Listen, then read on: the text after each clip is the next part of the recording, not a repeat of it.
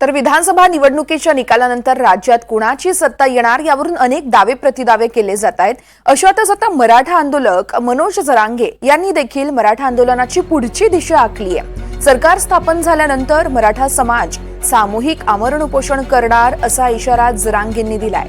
सरकार कुणाचंही येऊ दे, मात्र मराठा समाज त्या सरकारला गुडघे टेकायला लावणार असा विश्वास देखील जरांगे व्यक्त करतायत। सरकार स्थापनेनंतर सामूहिक उपोषणाची तारीख निश्चित केली जाईल असं जरांगेंनी स्पष्ट केलंय।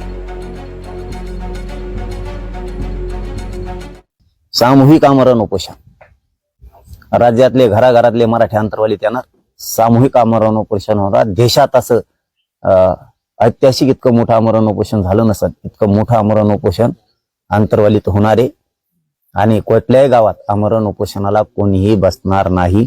सगळेजण अंतरवालीत येणार, एका ठिकाणी एकाच जागेवर एकाच वेळेस सामूहिक आमरण उपोषण होणार। मराठा आरक्षणासाठी कोणतेही सरकार येऊ दे, मराठा शांत आहे तर शांत आहे, ते जर बिघडलं तर कोणाच्या बापाला भीत नसतो।